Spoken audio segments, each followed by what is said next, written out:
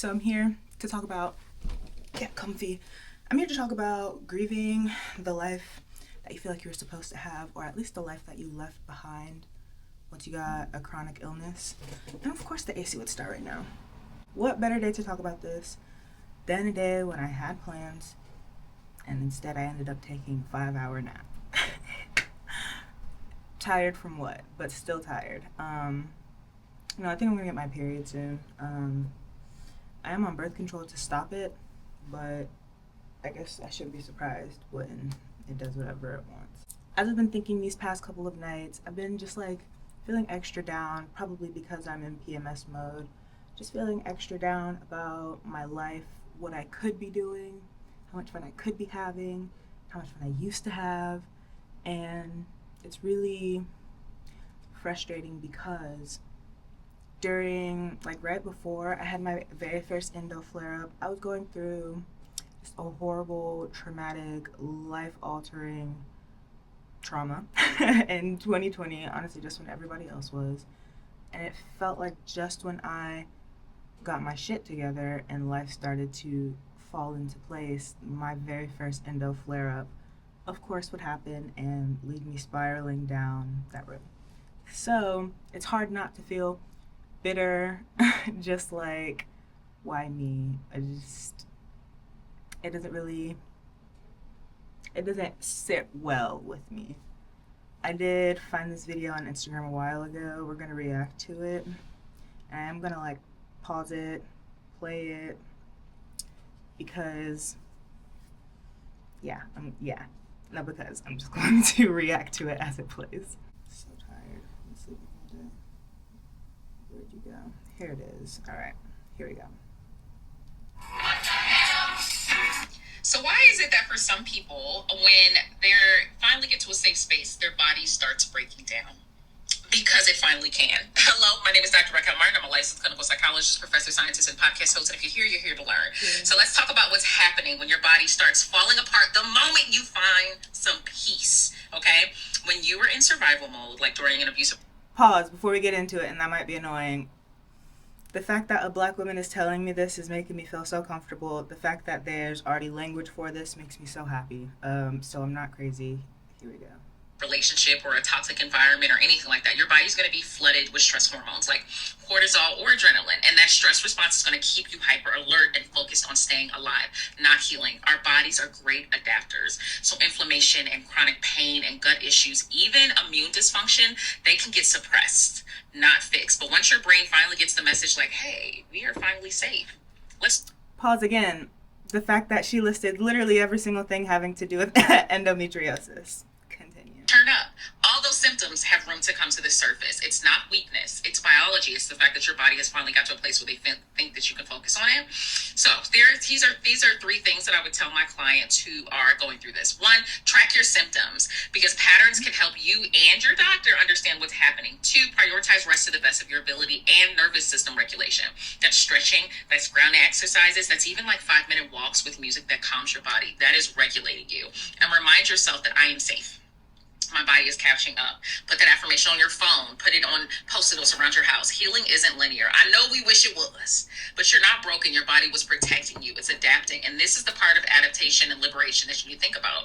Reclaiming your right to rest and attention to your body without guilt. Oh my gosh. Again, I feel like she's talking directly to me.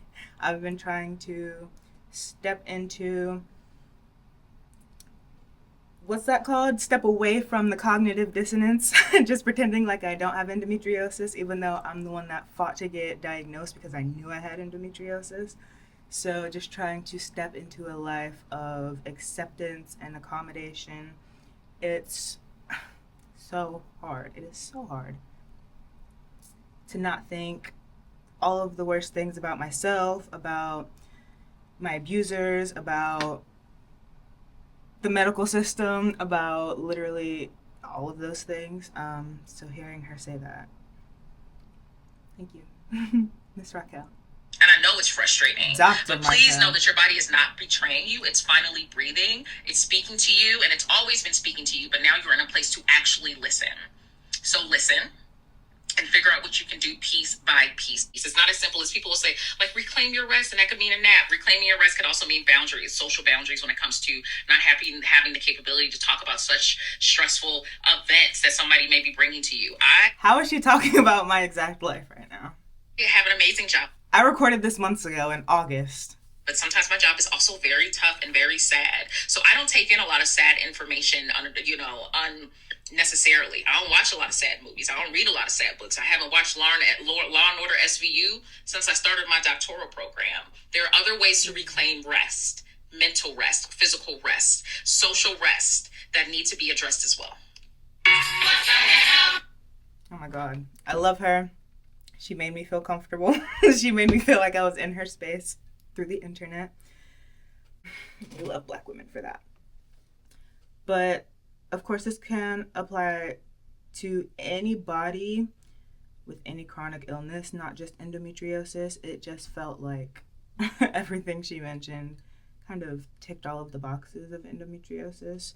Just reclaiming rest when it comes to personal and social relationships, just not being able to say yes to everything, but making sure to compromise, because it's important to have those connections in whatever way you can, you know. Just like taking note of my body, I feel so much calmer and less upset than when I started the video. I hadn't watched the video in a long time. Of course, I knew the content and I wanted to make this video for a while, but I hadn't watched it. She made so many amazing points. I didn't have any solutions when it comes to this grieving process. I was just gonna get on here and complain. So it's definitely good that I had that. Making sure to track my symptoms is something that I definitely do. Definitely helps my doctors. Making sure to prioritize rest. And what was that last one? What was 3? Am I crazy? Affirmations? That could have been. Sure. So yeah, that's basically it. I think I really just wanted some time to complain, a space to complain about how quietly life-altering this disease is, and how it kind of forces you into being a homebody, and it's just psychological torture. It's not all bad because I like myself and I like being home, but I also like doing other things. There's a whole part of me that I haven't accessed in a long time. I just had this conversation with my boyfriend, just all of the things that we used to be able to do. And, you know, we used to go hiking. I wanted to go camping. We used to go to the park a lot. And now I really have to number the amount of activities I can do in one day before I'm done. And the number is 2. Usually the number is 2. 2 outside activities per day. Yeah. And even that will have me wiped. It's so frustrating. And it's so unfair. I thought that this feeling would go away for a while. It had, because I got the news that I'll be receiving my hysterectomy soon. And I'm so grateful and excited to finally receive this treatment. I just thought that the haze would last a bit longer. But I'm trying to bring myself back down and be realistic, because with endometriosis, hysterectomy is not going to be a cure, just a treatment. I do suspect that I have adenomyosis, but I did have an MRI and it didn't show.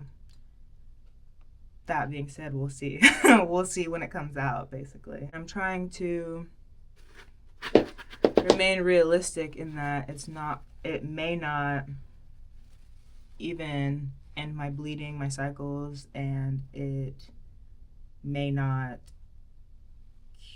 I'm not expecting it to end 100% of my pain.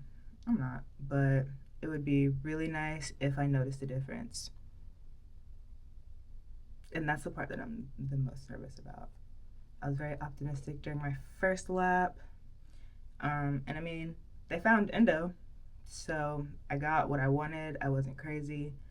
I was just hoping that the pain relief would come sooner. And maybe it's, I mean, I know it's my fault for just not fully being willing to step into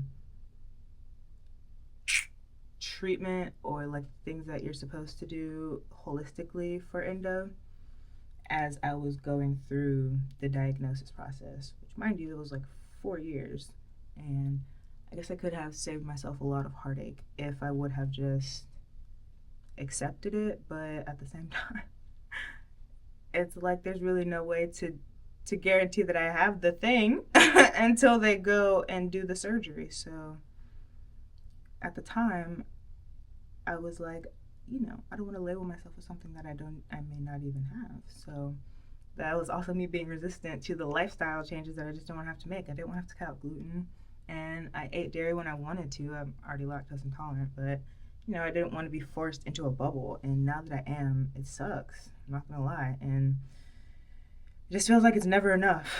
You try not eating gluten and you don't eat dairy, and that's not enough. So you try removing just like all of your favorite snacks and all of your processed foods, and that doesn't work as well. I can go a day without eating and still feel huge, and just because that's the nature of the disease. And again, psychological torture. I could go on and on and on, but I'm just really happy to have this resource to fall into. Thank you to Dr. Raquel Martin. Her glasses are so stinking cute. I'll make sure to leave her info in the description. So thank you for watching. Please leave a comment if you kind of have something on your chest that you would like to get off as it relates to having a chronic illness, having endometriosis, adenomyosis, any sort of chronic fatigue, or anything like that. Thanks for watching. Bye.